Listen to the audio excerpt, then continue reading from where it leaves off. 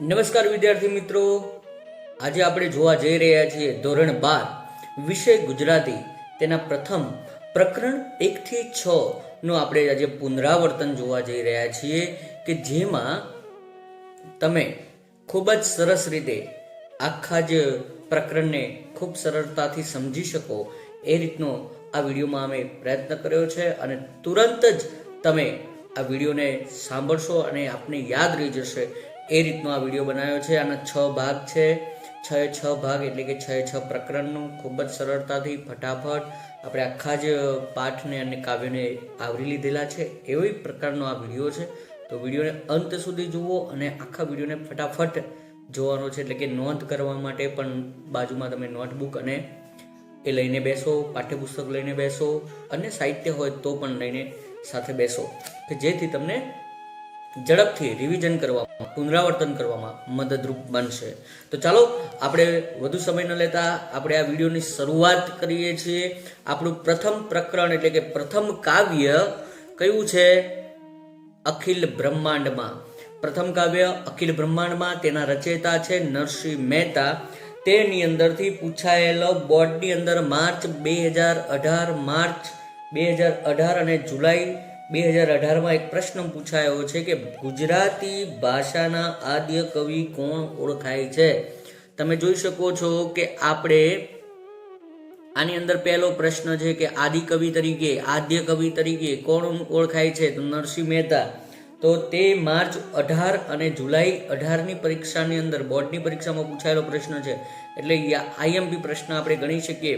તેમનું ગામ કયું છે એવો એક પ્રશ્ન આવે તો ભાવનગર જિલ્લાના તેઓ વતની હતા. આવી રીતે એક પ્રશ્ન છે. અખિલ બ્રહ્માંડના કૃતિના રચયિતા કોણ છે એવો પ્રશ્ન આવે તો નરસિંહ મહેતા. અખિલ બ્રહ્માંડના કૃતિનો સાહિત્ય પ્રકાર કયો છે એવો પ્રશ્ન પૂછે તો પદ. નરસિંહ મહેતાનું લોકપ્રિય સાહિત્ય સ્વરૂપ કયું છે? તો તમારે યાદ રાખવાનું કે લોકકંઠે ગાવાયેલા એમના સૌથી વધારે જૂના છંદની અંદર રચાયેલા શું છે? એમના પ્રભાતિયા છે. તો નરસિંહ મહેતાના જે પદો છે, પ્રભાતિયાઓ છે, એ ખૂબ જ લોકપ્રિય છે, લોકોના કંઠે ગવાયેલા છે અને એ લોકકંઠે ગવાઈને વસા છે.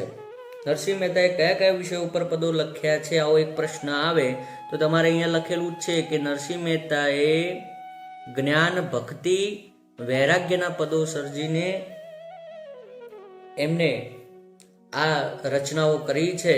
એમાં ખૂબ જ લોકપ્રિય જો કોઈ એમનું રચના હોય તો નરસિંહ મહેતાનું જળકમર છાંડી જાને કાવ્ય પ્રભાતિયું છે કે પદ? આવો એક પ્રશ્ન પૂછે તો તમારે તેમાં જવાબ આપવાનો છે કે પ્રભાતિયું છે.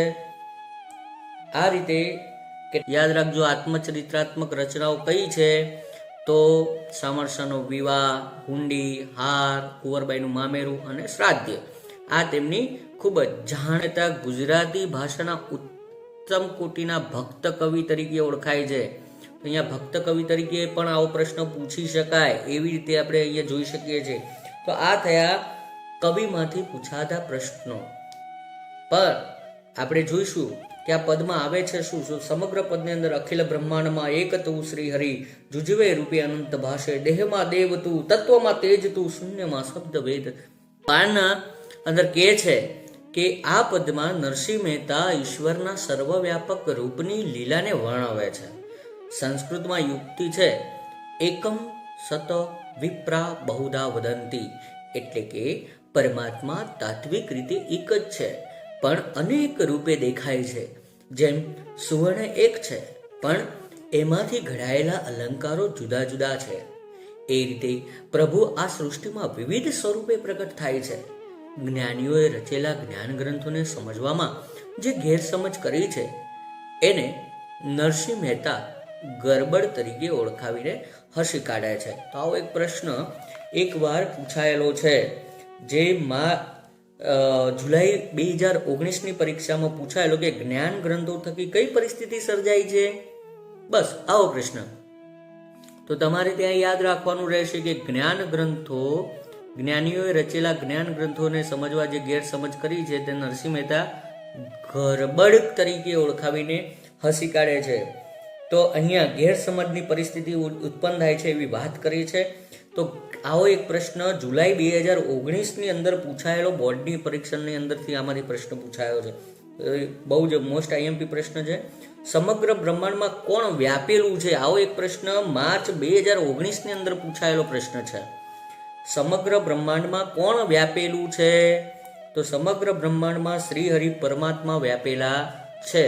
આવો એક પ્રશ્ન પૂછાયેલો છે. તો આ પદની અંદર એ આપણે બહુ જ મોસ્ટ આઈએમપી પ્રશ્નો, જે એક ગુણના પ્રશ્નોની ચર્ચા કરવાના છીએ, તો એ આ છે. આ પરમેશ્વરને શાસ્ત્ર જ્ઞાન દ્વારા તો ખરા, પણ પ્રેમની પરાકાષ્ઠા રૂપી ભક્તિ દ્વારા સરસ રીતે પામી શકાય છે. તો ઈશ્વરને આપણે કેવી રીતે પામી શકીએ છીએ? તો પરમેશ્વરને પહેલા શાસ્ત્ર દ્વારા તો ખરા જ, પણ પ્રેમની પરાકાષ્ઠાને ભક્તિ દ્વારા આપણે સરસ રીતે પામી શકીએ છીએ. એવી પોતાની પ્રતીતિને આ ભક્ત કવિએ અહીં વિવિધ દ્રષ્ટાંતો આપ્યા છે. અને દરેક દ્રષ્ટાંતમાં પવન આપ્યું, પાણી તું ભૂધરા, ભૂમિ તું ભૂધરા, વૃક્ષ થઈ ફૂલી રહ્યો આકાશે, વિવિધ રચના કરી અનેક રસ દેવાને, શિવ થકી જીવ થયો એ જ આશે.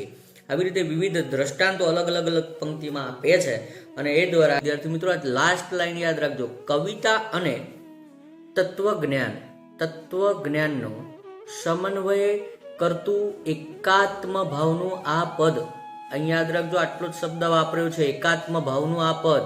આ લાસ્ટ લાઈનની અંદર આ પદ નરસિંહની ચિરંજીવ અને સદા રમણીય સ્મરણીય કૃતિ છે. તો નરસિંહની ચિરંજીવ અને સદા રમણીય સ્મરણીય કૃતિ તમારા પાઠ્યપુસ્તકમાં કઈ છે? તો અખિલ બ્રહ્માંડમાં. એ ઉપરાંત કવિતા અને તત્વજ્ઞાનનો સમન્વય કરતું એકાત્મ ભાવનું, એકાત્મ એટલે એક જ છે એવો ભાવ દર્શાવતું જો કોઈ કાવ્ય હોય તો એ પણ અખિલ બ્રહ્માંડમાં. તો આ રીતે કેટલાક પ્રશ્નો જે છે એ પૂછાય છે. એ બહુ જ મોસ્ટ આઈએમપી પ્રશ્નો આ કાવ્યમાંથી પૂછાય છે. આપણે ખૂબ જ સરળતાથી આ પ્રશ્નોને સમજ્યા છીએ. આ કવિ પરિચયમાંથી પૂછાતા કેટલાક પ્રશ્નો અને મોસ્ટ આઈએમપી પ્રશ્નો છે. હવે શબ્દ સમજૂતી આપણે ફટાફટ જોઈ લઈએ. તો અખિલ એટલે આખું, સમસ્ત એ પૂછે. બે સમાનાર્થી શબ્દો આપવાના પૂછે ત્યારે. રૂપે એટલે જુદા જુદા સ્વરૂપે.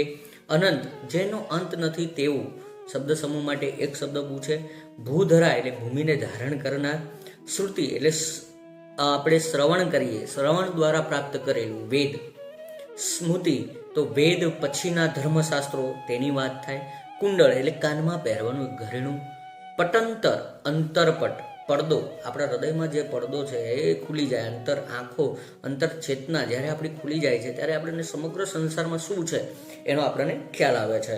તો મોસ્ટ આઈએમપી માં યાદ રાખવાનો છે, સમગ્ર બ્રહ્માંડમાં કોણ વ્યાપેલું છે? તો સમગ્ર બ્રહ્માંડમાં શ્રી હરિ પરમાત્મા વ્યાપેલા છે.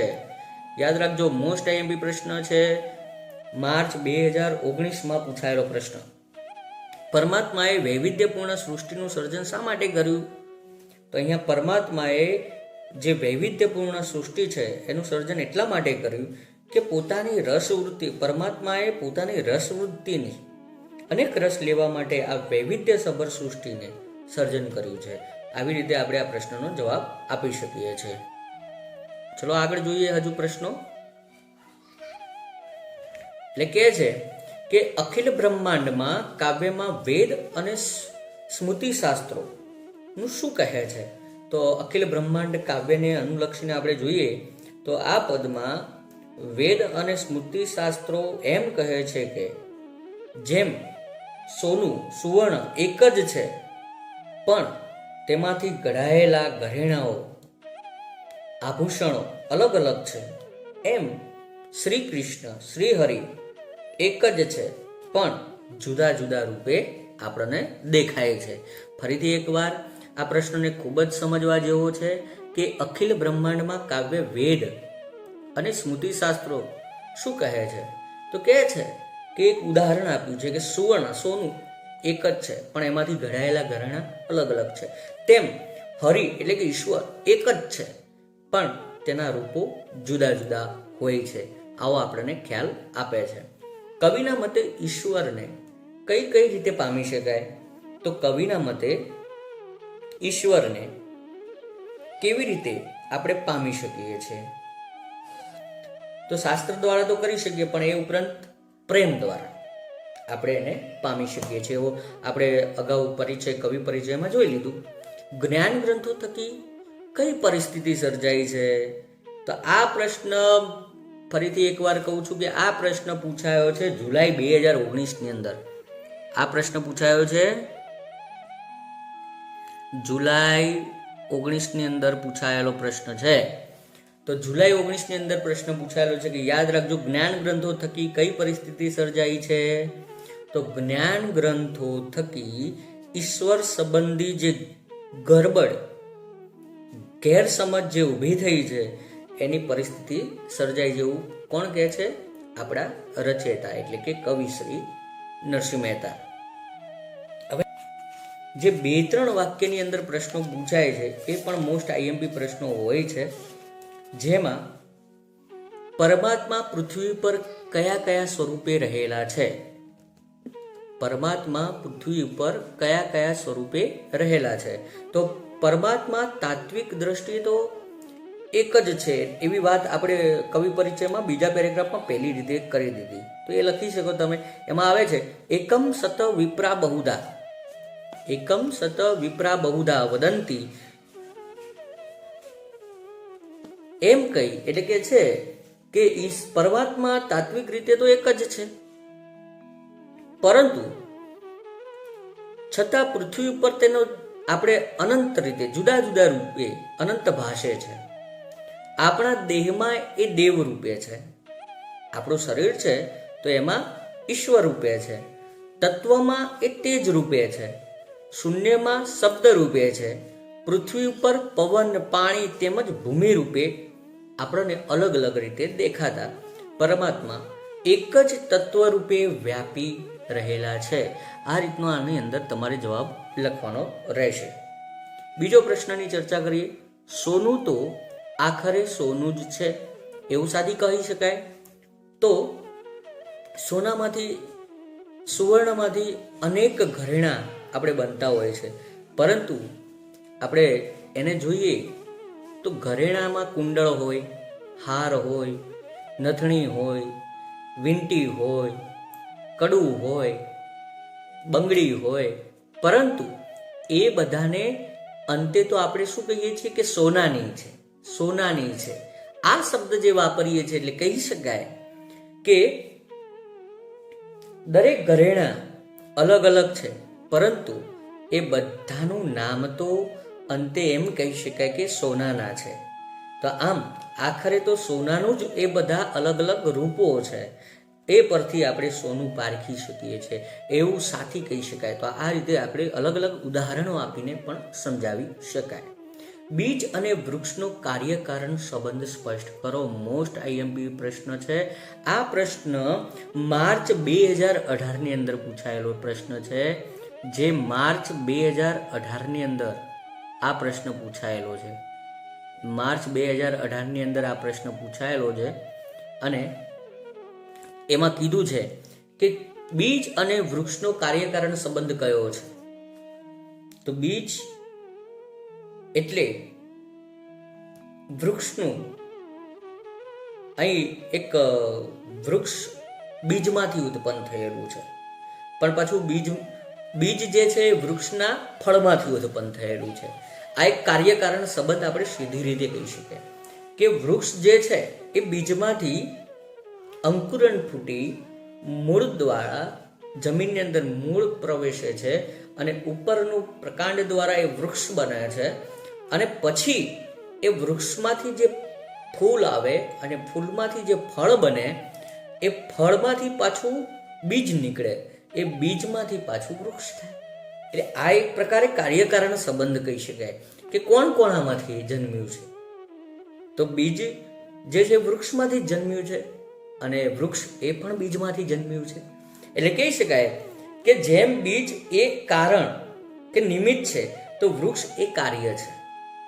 અહીં બીજ એક નિમિત્ત છે અને વૃક્ષ એ કાર્ય છે. બીજને આપણે જે ધરતીમાં રોપીએ તો જ થડ બને, ડાળ બને, પાંદડા બને, ફળ ફૂલ વગેરેમાંથી વૃક્ષનો વિસ્તાર થઈ શકે. અર્થાત વૃક્ષનું વિસ્તારરૂપી કાર્ય સંભવી શકે. વૃક્ષ માટે બીજ હોવું જરૂરી છે. એ જ રીતે બીજ હોય તો જ વૃક્ષ સંભવી શકે. આમ બીજ અને વૃક્ષ વચ્ચે આ એક કાર્યકારણ સંબંધ છે. બંને એકબીજાથી અલગ નથી, એકબીજાથી જોડેલા છે, એકબીજાને પૂરક છે. એ રીતેનો સંબંધ આપણે અહીંયા કહી શકીએ. તો આ રીતનો આ એક પ્રશ્ન ખૂબ જ આઈએમપી પ્રશ્ન કહી શકાય એવો આ પ્રશ્ન છે. હવે આપણે સવિસ્તાર પ્રશ્નોની ચર્ચા કરીએ. આ પદમાં નરસિંહ મહેતાએ તત્વજ્ઞાનને શી રીતે સમજાવ્યો છે? તો ખૂબ સુંદર રીતે આ પદની અંદર પરમ તત્વને, એમને તત્વજ્ઞાનને જે સમજાવવાનો પ્રયત્ન કર્યો છે, અદ્ભુત રીતે કર્યો છે. અને જે રીતે એમને વાત કરી છે કે અખિલ બ્રહ્માંડમાં એક પરમ તત્વને જે પામવાની વાતને અહીંયા રજૂ કરી છે કે નરસિંહ મહેતા કહે છે કે સમગ્ર બ્રહ્માંડમાં એક શ્રી હરિ જે સર્વવ્યાપી છે, પરંતુ સૌને એ જુદા જુદા રૂપે દેખાય છે. કવિ કહે છે કે ભૂધરા તું સર્વવ્યાપી છે, જેમ કે પવન તું છે, પાણી તું છે, ભૂમિ તું છે, તું આકાશમાં વૃક્ષ થઈને વિસ્તરી રહ્યો છે. તે આવી રસમય વિવિધ રચના કરી છે. એ જ આશાએ તું શિવમાંથી જીવ થયો છે. વેદ એમ કહે છે કે કનક અને કુંડળ એ બેમાંથી કોઈ ફરક નથી. કનક સોનામાંથી એટલે કે સોનામાંથી બને છે, કુંડળ સોનામાંથી બને, ઘણા બધા આભૂષણો બને છે.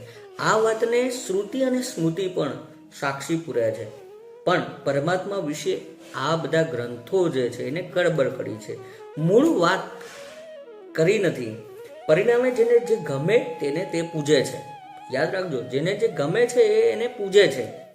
મન, વચન અને કર્મથી એને જે સત્ય માની લે છે. પરંતુ કવિ નરસિંહ મહેતા કહે છે કે વૃક્ષમાં બીજ તું છે અને બીજમાં વૃક્ષ પણ તું જ છે. એ બેમાંથી ભેદ છે, છતાં એની ભેદ રહિત જે સ્થિતિ અહીં રજૂ કરવામાં આવી છે કે વૃક્ષમાં બીજ તું છે ને બીજમાં વૃક્ષ તું છે, એવી બહુ જ કાર્યકારણ સંબંધ આપણે જે પ્રશ્નની અંદર ચર્ચા કરી એ જ રીતની આ ચર્ચા છે. અને સત્ય હકીકત તો એ છે કે મનથી શોધ કરતા સમજાયું છે કે પ્રીત કરવાથી પરમાત્મા પ્રાપ્ત થાય છે, પ્રેમ કરવાથી પરમાત્મા પ્રાપ્ત થાય છે. અને પ્રેમથી જ પરમાત્મા આપણને પરમ શક્તિ આપી શકે, પરમ ભક્તિથી એ પ્રાપ્ત થઈ શકે. આ વાત ખૂબ સુંદર રીતે અહીંયા રજૂ કરવામાં આવે છે. મોસ્ટ આઈએમપી પ્રશ્નોની ચર્ચા કરી છે અને એ સાથે જ આ ભાગને આપણે પૂર્ણ કરીએ છીએ. જય હિન્દ, જય ભારત.